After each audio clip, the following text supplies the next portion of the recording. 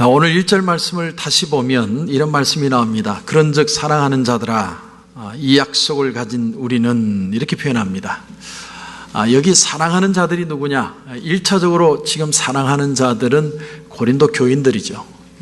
바울이 고린도 교회를 세우고 고린도 교회를 향하여 지금 편지를 적고 있는데, 그 사랑하는 자들아, 그리고 하는 말이 이 약속을 가진 우리는, 사랑하는 자들인 너희들이 이 약속을 가졌다는 거죠. 이 약속이 뭐냐? 이 약속은 우리가 읽지 않았지만 앞에 6장 14절부터 18절까지의 전체 내용입니다. 이게 약속입니다. 그런데 이 14절부터 18절을 딱 한 구절로 요약하라면 16절이 됩니다. 16절을 한 센텐스로 이렇게 표현합니다. 너희는 살아계신 하나님의 성전이다. 우리가 살아계신 하나님의 성전이라는 것이 하나님의 약속입니다. 그런데 하나님의 성전이라는 것이 어떤 미닝이냐를 16절의 하반절에 보면 풀어주고 있습니다. 한번 보시면, 내가 그들 가운데 거하고 두루 행하며 나는 그들의 하나님이 되고 그들은 나의 백성이 되는 것. 이게 하나님의 성전입니다. 우리는 하나님의 살아계신 성전이다 그럴 때 이 개념을 우리가 이해하셔야 됩니다. 저는 우리 코로나 감사님께 성도들이 모두가 하나님의 살아계신 성전인 줄 분명히 믿습니다. 뿐만 아니라 이걸 좀 더 넓게 적용을 한다면 어떻게 되느냐 하면, 고린도인들은 이방인들입니다. 그런데 예수를 믿는다는 그 하나 이유만으로 하나님의 성전이라 칭함을 받은 겁니다. 마찬가지로 2000년이 지났지만 우리도 복음에 대해서 여전히 이방인인 똑같은 상황이지만 우리도 예수를 믿으면 하나님의 성전이라 불림받을 수 있다라는 거예요. 그게 하나님이 함께 하시고 하나님이 걸으시고 하나님이 인도하시고 하나님이 나를 도우신다는 개념 속에 우리가 포함된다는 거예요. 그렇다면 하나님의 성전이 된 저와 여러분은 어떻게 살아야 되느냐는 거죠. 이제는 우리의 신분이 달라졌고 삶의 태도가 달라져야 됩니다. 그것이 바로 오늘 7장 1절입니다. 7장 1절에 살아있는 성전으로서 고린도 교인들뿐만 아니라 우리 역시도 어떻게 살아야 되느냐. 1절 하반절을 보니까 이렇게 되어 있습니다. 육과 영의 온갖 더러운 것에서 자신을 깨끗하게 해라. 다시 말하면 마음과 생각과 뜻이 맑고 깨끗하고 청결해져야 된다. 여러분, 청결하고 깨끗하고 맑은 정신을 항상 가지고 살아야 된다. 이게 성전된 우리에게 도전하는 사도 바울의 교훈입니다. 자, 그런데 문제가 뭐냐면 우리가 이렇게 맑고 깨끗하고 청결하게 살기가 너무너무 힘들다는 거예요. 그렇게 살 수 없습니다.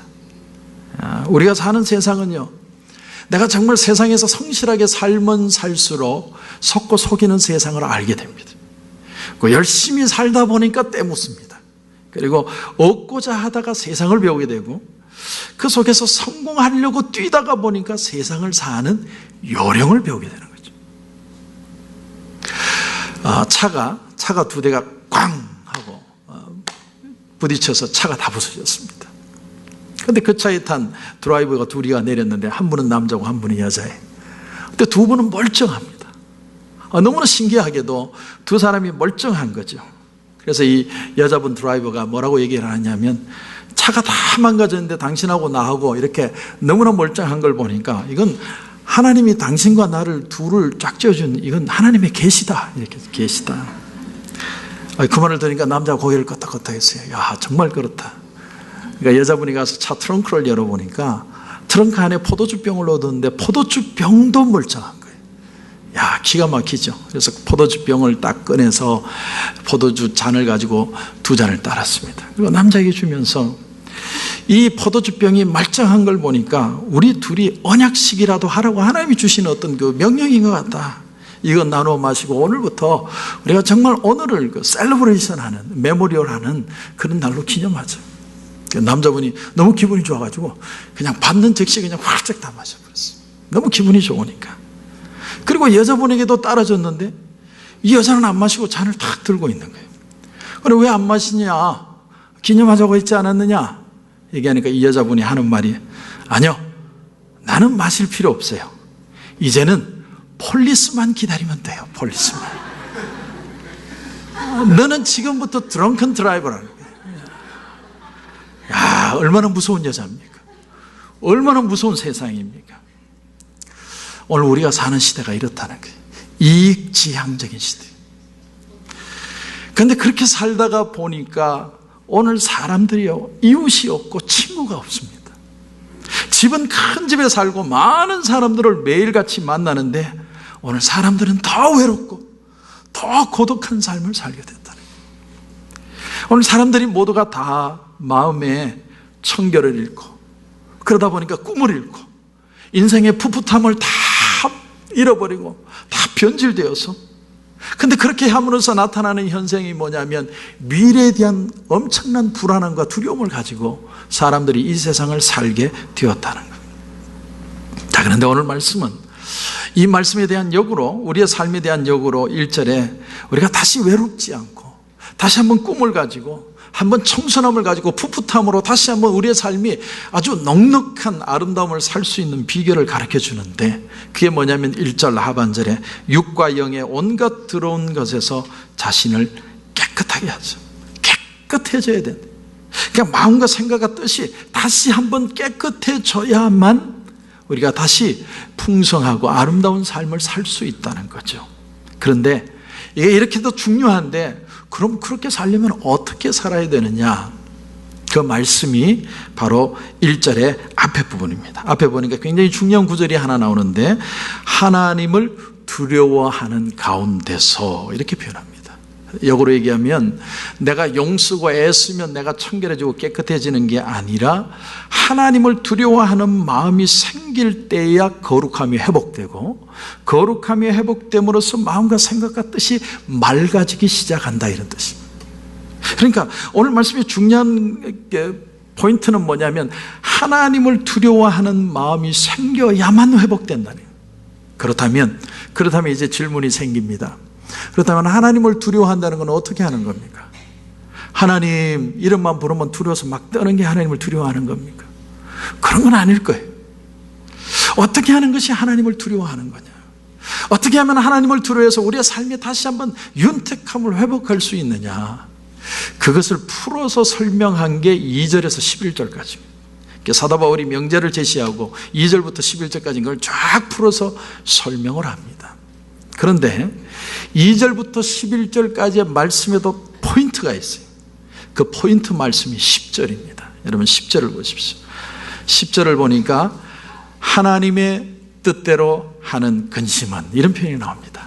다시 말하면 무슨 얘기냐면 하나님을 두려워한다는 것은 이꼴 하나님의 뜻대로 하는 근심을 가진다, 그런 뜻이에요. 그러니까 하나님을 두려워한다는 건 막 두려워서 떤다는 얘기가 아니라 하나님의 뜻대로 근심을 가질 수 있는 것을 말하는 거예요. 그렇다면 하나님의 뜻대로 가지는 근심은 어떻게 가지는 거냐는 거죠. 이것을 회복할 수 있으면 이게 키포인트입니다. 이게 풀어지면 우리의 삶이 다시 한번 윤택함이 회복될 수 있다는 겁니다. 자, 이제 이 말씀의 명제를 가지고 가장 먼저 우리가 생각해야 될 게 뭐냐면, 근심은요, 근심에는 두 가지가 있다는 거예요. 두 가지. 하나는 세상적인 근심입니다. 세상적인 근심. 또 하나는 뭐냐면 하나님의 뜻대로 하는 근심입니다. 그러니까 오늘 성경을 근거로 보니까 근심에는 두 가지가 있다는 거예요. 여러분, 세상 근심을 말할 때 헬라어로 어떤 단어를 쓰느냐면 메람네오라는 단어를 씁니다. 메람네오, 메림나오. 이 단어의 뜻이 뭐냐면 두 단어가 합성된 건데, 메리조라는 단어와 누스라는 단어가 합성한 단어입니다. 메리조라는 단어의 뜻은 뭐냐면 나눈다는 뜻이고, 누스라는 단어는 마음이라는 뜻입니다. 그러니까 마음이 두 갈래 세 갈래로 나뉜다는 것을 바로 근심, 메림나오라는 단어의 뜻입니다. 그러니까 우리의 마음이 막 찢어져서 이런 생각 저런 생각으로 막 혼탁하게 되는 것이 근심이라는 거예요. 도널드 맥컬로우라고 하는 목사님의 모자람의 위안이라는 책이 있습니다. 모자람의 위안. 이 책에 보면 이 저자였던 도널드 맥컬로우 목사님이 신학교 대학원을 가서 이제 1학년을 다니는데, 뭐 신학교 대학교 1학년이 되면요 얼마나 성령 충만합니까? 2학년 되면 조금 시들어지고 3학년 되면 완전히 식어가지고 졸업할 때는 평신도로 졸업을 합니다. 대부분은 신학생들이 그렇거든요. 그런데 이분도 1학년 때는 막 성령 충만하게 너무너무 좋은 거예요. 그 여름 방학 기간 동안에 워싱턴 주에 있는 아주 작은 교회를 섬기게 되었습니다. 가서 이제는 막 가슴도 뜨겁죠. 열정도 있죠. 막 원기왕성하죠. 사랑으로 충만하죠. 막 하나님의 일을 하고 싶은 열정이 있는 거예요. 그렇게 몇 주를 일을 하다가 어느 날 어떤 여성도님에게서 전화가 왔어요. 목사님, 전도사님, 죽은 내 남편의 장례식을 좀 집례해 주십시오. 이렇게 전화가 온 거예요. 첫 번째 장례식을 치른다, 이걸 예배한다고 생각하니까 이 맥걸로우 목사님 마음이 막 가슴이 막 뜨거워지기 시작해요. 야, 내가 처음으로 장례식을 한번 집례하게 되겠구나. 그래서 오라는 시간보다 더 일찍 가가지고 그 여성도님의 집을 찾아갔습니다. 그리고는 차를 한 잔 얻어 마시면서 물어보는 거예요. 남편분이 어떻게 해서 세상을 떠나셨습니까? 이렇게 질문을 했더니 그 순간 부인이 한마디 대답을 하는데 그 대답 한마디 때문에 맥걸로우 목사님이 패닉에 빠져버렸습니다. 그게 무슨 말이냐? 전사님, 우리가 사실은 둘이 좀 싸웠거든요.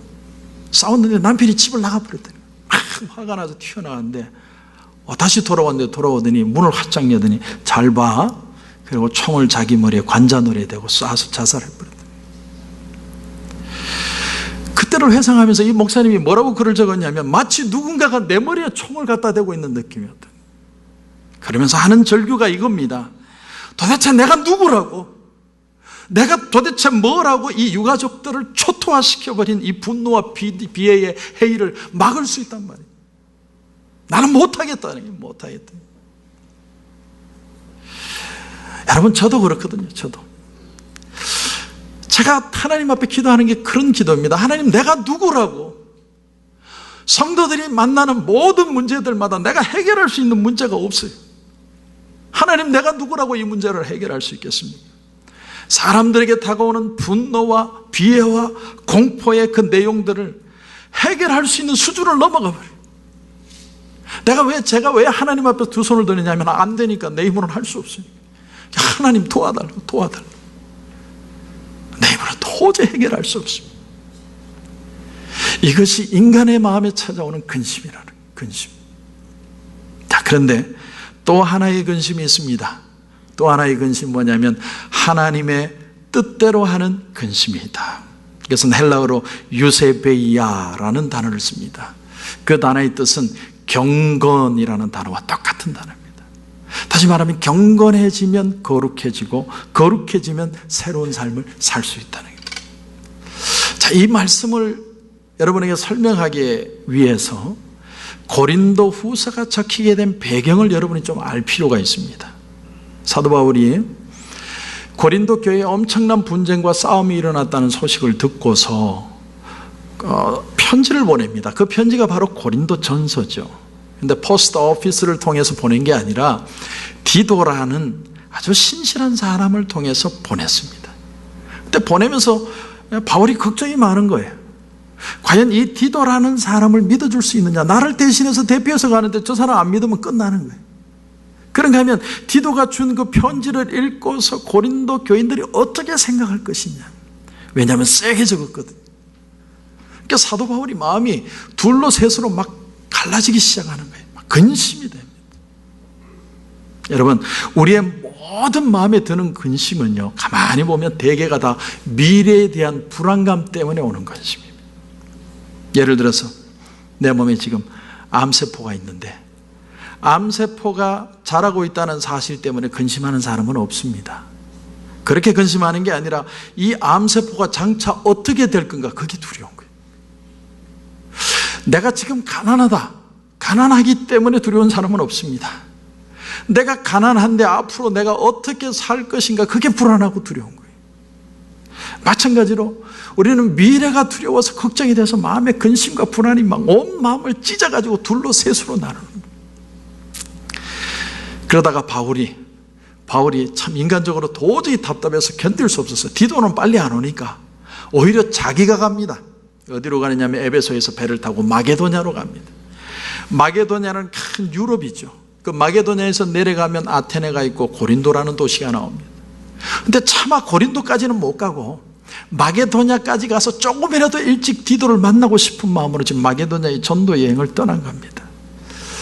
저는 가만히 보니까 좀 이 말씀을 연구하다가 아마 제가 볼 때 이 바울도 혈액형이 트리플 A형이 아닐까, 저 같은 그런 생각이 들어요.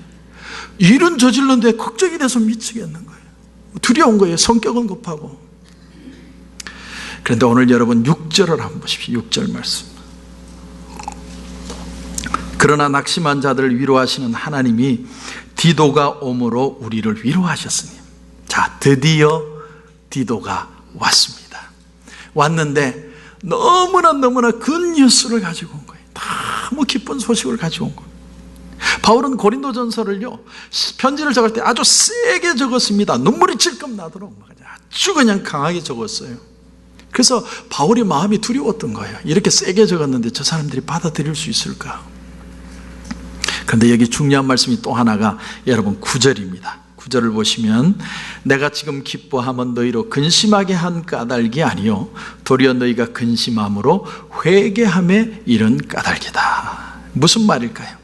사도 바울의 편지를 처음 받았을 때 고린도 교인들이 충격을 받았다는 거예요.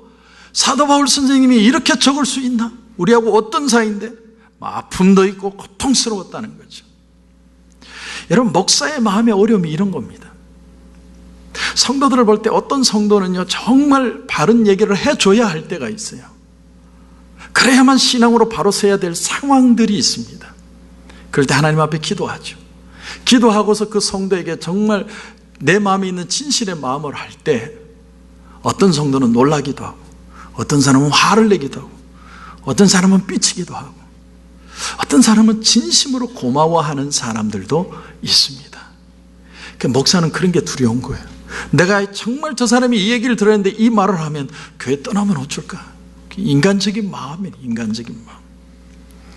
그런데 처음에는 마음이 흔들렸지만 다시 그 말씀을 깊이 새기고 기도하다가 하나님, 내가 목사님 말씀대로 다시 한번 서보겠습니다 할 때 그 마음이 너무너무 감사한 거예요. 이건 목사가 원하는 건 삶을 원한 게 아니라 하나님이 기뻐하시는 모습이 되기를 원하는 니드거든요.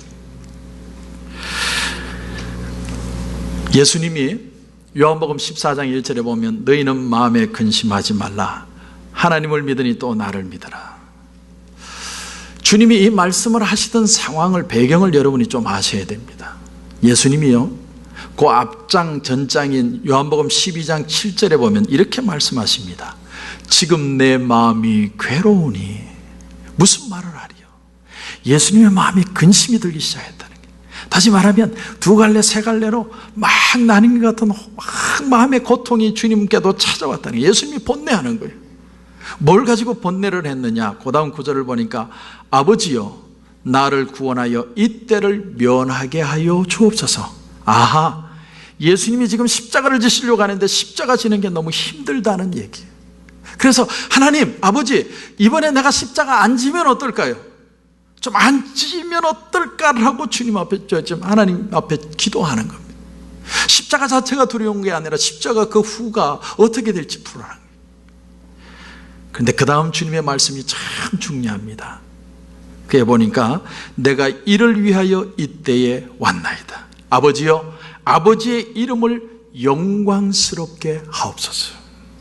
다시 말하면 주님이 어떤 문제를 보다가, 팩트를 보다가 그 기도 가운데 눈을 들어서 하나님을 바라보기 시작합니다. 하나님 아버지를 기대합니다. 하나님을 향하기 시작합니다. 하나님께 전적으로 마음을 맡깁니다. 이것이 오늘 말씀에 나오는 하나님의 뜻대로 하는 근심입니다. 이것이 경건이고 이것이 유세배이야. 여러분, 요한복음 14장 1절 말씀에 너희는 마음에 근심하지 말라. 이 말을 직역하면 이렇게 됩니다. 너희 마음이 흔들리지 않게 하라. Do not let your heart be troubled. 마음이 흔들리지 않도록요. 여러분 잘 들으세요. 마음이 아픈 거하고 마음이 흔들리는 거는 틀립니다. 내가 신앙이 깊어지면 깊어질수록 마음이 쉬운 일에 아파집니다. 마음이 soft heart가 돼요. 그래서 어떤 성도의 문제, 우리의 가정의 문제, 어떤 문제를 만나든 자꾸 마음이 아파오기 시작해요. 마음이 아파오는 만큼 그만큼 더 사랑하게 되고, 마음이 아픈 만큼 그만큼 더 그 사람을 위해 기도할 수 있게 되는 겁니다. 그러니까 예수님이 괴로우셨던 진짜 이유는 뭐냐? 아하, 오늘 말씀을 보니까 주님이 십자가를 지시는 게 아픈 게 아니라 저 제자들, 아무것도 모르는 제자들, 내가 저들을 두고 떠나면 저 제자들이 얼마나 방황하고 고통스러워할까를 생각하니까 주님이 마음이 아프셨다는 거예요. 주님은 그게 마음이 아팠어요. 제자들이 어쩔 줄 몰라하고 두려워하고 우리 주님 없으면 어떻게 사나 한탄하고 살 그 모습을 보니까 주님이 너무 고통스러우셨다는 사실이에요. 그런데 주님이 그걸 가지고 고통스러워하다가 주님이 결론을 내린 것이 이겁니다. 너희는 마음에 근심하지 말라. 하나님을 믿으니 또 나를 믿어라. 여러분, 믿는다는 말을 참 사람들이 많이 오해합니다. 믿는다는 건요, 내가 예수님이 나를 위해 십자가에 달려 죽으셨다, 그렇구나, 부활하셨구나 아는 것으로 끝나는 건 믿음이 아닙니다. 믿음이 뭡니까? 그분을 살아계신 하나님으로 전적으로 신뢰하고 그분에게 맡기고 따라가겠다는 거예요. 오늘 주일날 예배드리고 나서 내일 월요일부터 비즈니스 하실 때 한 번 한 번 모든 하는 일들마다 주님께 맡기는 마음으로, 미래를 맡기는 마음으로 올인해서 주님을 따라가겠다는 거예요. 그게 바로 믿음이라는 거예요. 주일날 한 번 아멘 하는 것으로 끝나는 건 믿음이 아닙니다. 나가서 정말 그 말씀대로 살아보는 겁니다. 여러분, 근심거리가 전혀 없는 사람들은 이 세상에 아무도 없지만 많은 근심 속에서도 마음의 평안함을 누리고 살아가는 사람들이 있다라는 사실. 그 평안의 뿌리가 뭐냐? 우리와 함께 하시는 하나님, 예수 그리스도를 신뢰하고 의지하는 믿음을 가진 사람들. 여러분, 외적인 조건으로 따진다면 지금 위로받아야 될 사람은 예수님이에요. 예수님이 십자가를 지시는데 얼마나 고통스럽습니까? 그런데 그분은 마치 아무 근심도 없는 사람처럼 너희는 마음에 근심하지 말라. 그 평안의 이유가 뭐냐? 잠시 제자들 때문에 주님의 마음이 아프셨지만 내가 평안을 찾은 이유가 뭐냐면 요한복음 14장 9절에 나를 본 자는 아버지를 봤다. 아버지와 나는 하나라는 거예요. 다시 말하면 내가 아버지에게 내 마음을 올인했다는 거예요. 맡겨버렸다는 거예요. 그래서 이제 더 이상 두려워하지 않겠다는 거예요. 주님이 그렇게 하셨기 때문에 하나님을 본 자는 나를 본 자고 나를 본 자는 아버지를 본 자라고 얘기할 수 있다라는 사실. 저는 저와 여러분의 마음속에 예수님만 믿는 역사가 일어나기를 주님의 이름으로 축원합니다. 여러분, 마음은 아파요. 한번 생각해 보세요. 신앙이 성숙해 갈수록 내 가정, 내 직장, 내 자녀, 내 남편 생각할 때마다, 그들의 니드를 볼 때마다 아파요. 정말 채워져야 되고 채워질 것들에 대한 두려움들이 있습니다. 그런데 신앙이 깊어지면 어떻게 변하느냐? 그 영혼들을 두고서 아파하기 시작합니다. 여러분, 마음이 흔들리는 게 아니라 마음이 아파지기 시작하는 거예요. 그래서 이렇게 기도합니다. 하나님, 내 남편을 하나님 앞에 올려드립니다. 하나님, 내 자녀를 하나님 앞에 올려드립니다. 내가 케어하겠다는 게 아니라 하나님 앞에 올려드리겠습니다. 하나님, 내 가정을, 내 직장을, 내 비즈니스를 하나님 앞에 올려드리겠습니다. 하나님, 책임져 주시옵소서. 이것이 하나님의 뜻대로 하는 것입니다. 하나님을 두려워하는 경건의 자세라는. 자, 이것이 오늘 말씀 10절에 사도 바울의 말을 통해서 나옵니다. 여러분 보시면 10절에 보시면 이렇게 되어 있습니다. 하나님의 뜻대로 하는 근심은 후회할 것이 없는 구원에 이르게 하는 회개를 이루는 것이다.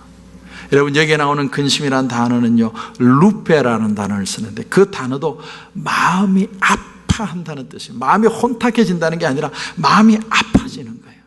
그래서 하나님 말씀을 붙들고 아파하는 그 마음이 있을 때 구원에 이르게 한다는 겁니다. 자, 사도 바울이 고린도 교인들을 생각하니까 마음이 아팠어요. 아무리 좋은 충고를 해주어도 그 직언을 하는 것이 너무나 마음이 아픕니다.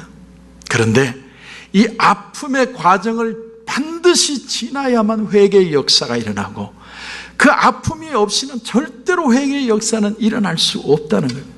잠깐 내가 너희들의 마음을 아프게 하지만 그 아픔이 오히려 너희들의 신앙을 성숙시켜 줄 것이다.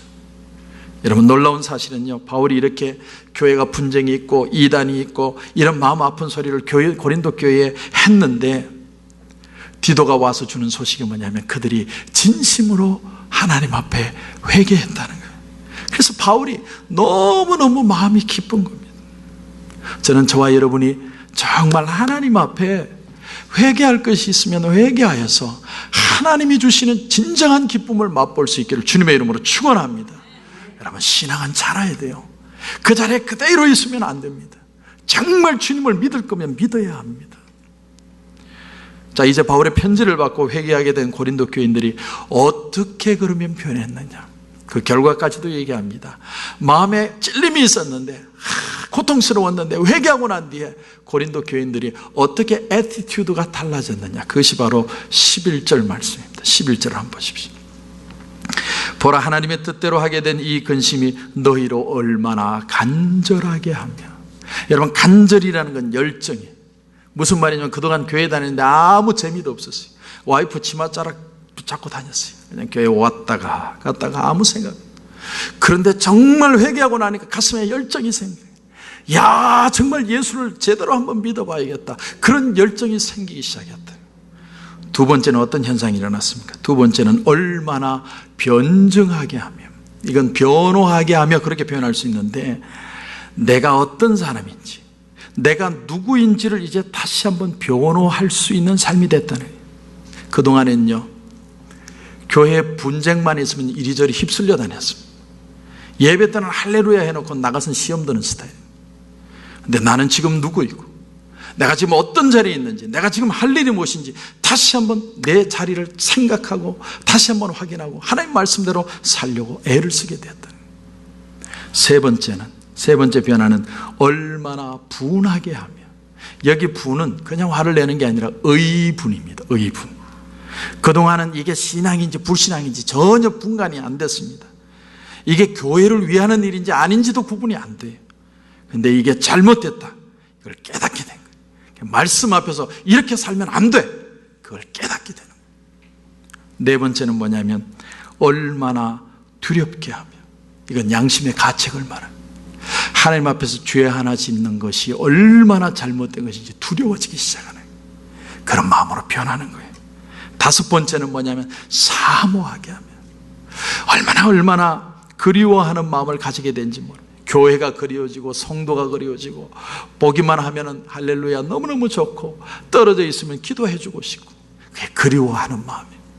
그 다음에 여섯 번째는 열심 있게 하며, 말씀을 받아들이는데 막 빨아들이듯이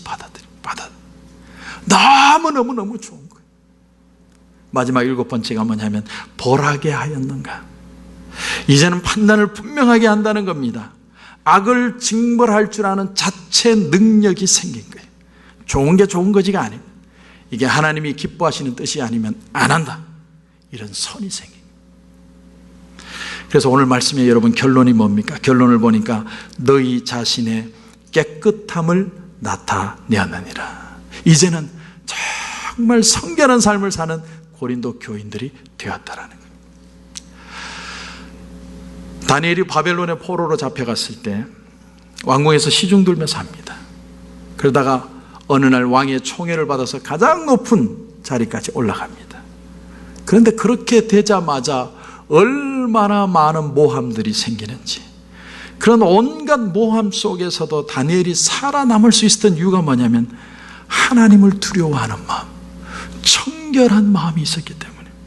사람들이 온갖 모함을 하고 누명을 씌우고 약점을 털었지만 다니엘에게는 약점이 하나도 없었어요. 왜? 하나님 앞에 살았기 때문에. 그래서 다니엘은 왕에게만 총애를 받아서 최고의 자리에 올라간 게 아니라 신앙생활도 그 어려운 세상 속에서 멋지게 살았다는 사실. 마르틴 루터가 중세의 종교개혁을 일으킬 때 교황권과 맞섰습니다. 그 당시에 교황의 파워가 어느 정도냐면 왕도 잘라버리는 시대예요. 교황이 얼마나 파워가 있었어요. 그런데도 일개 수도사 한 사람 루터가 그 교황권에 맞서서 싸울 수 있었던 이유가 뭐냐면 루터에게는 하나님을 두려워하는 마음, 청결하고자 하는 마음이 있었기 때문에. 그리고 결국에 가서 그 교환권을 무력하게 만들 뿐만이 아니라 교회의 세속화를 막아내는 종교개혁을 일으키게 되었다는 사실. 최근에 홍콩의 민주화 시민 시위가 계속 커지고 있습니다. 여기에 유명한 중국 배우들이 시위대를 지지하는 발언을 했습니다. 우리가 잘 아는 유덕화, 주윤발, 양조위 이런 사람. 그랬더니 중국 공산당 당국에서 뭐라고 얘기했냐면 자꾸 너들 헛소리하면 홍콩 배우생, 이 중국에서 배우 자리에서 퇴출시켜버린다. 엄포를 놨습니다. 근데 여러분 주윤발이 뭐라고 얘기했는 줄 알아요? 나는 주윤발이 총만 잘 쏘는 줄 알았는데 주윤발이 뭐라고 얘기했냐면 내가 돈 좀 조금 벌면 되지 뭐. 괜찮아. 내가 돈 조금 벌게. 여러분 참 나는 중요한 도전이라고 생각합니다. 이런 당당함이 있어야 사람이 깨끗해지는 겁니다. 오늘 우리가 이 세상을 살면서 세상을 두려워하는 게 아니라 하나님을 두려워하는 마음, 하나님의 뜻대로 하는 근심, 이게 오늘 우리에게 필요합니다. 세상을 이겨내고 세상의 빛이 되려면 우리가 달라져야 됩니다. 옛날처럼 살면 안 됩니다. 하나님, 다니엘도 그 어려운 시대에 살았는데 내가 말씀 붙들고 하나님을 두려워하는 그 경외함으로, 경건함으로 이 세상을 이길 수 있는 승리의 삶이 되게 하여 주시옵소서. 그런 은혜가 저와 여러분 가운데 풍성할 수 있기를 주님의 이름으로 축원합니다. 우리 한번 눈을 감겠습니다. 우리 같이 한번 기도하실 때, 하나님 그렇습니다. 하나님을 향한 두려움, 또 하나님의 뜻대로 하는 근심을 가질 수 있는 우리의 신앙의 성숙함을 허락하여 주옵소서. 우리 같이 한번 통성으로 기도하며 주님 앞에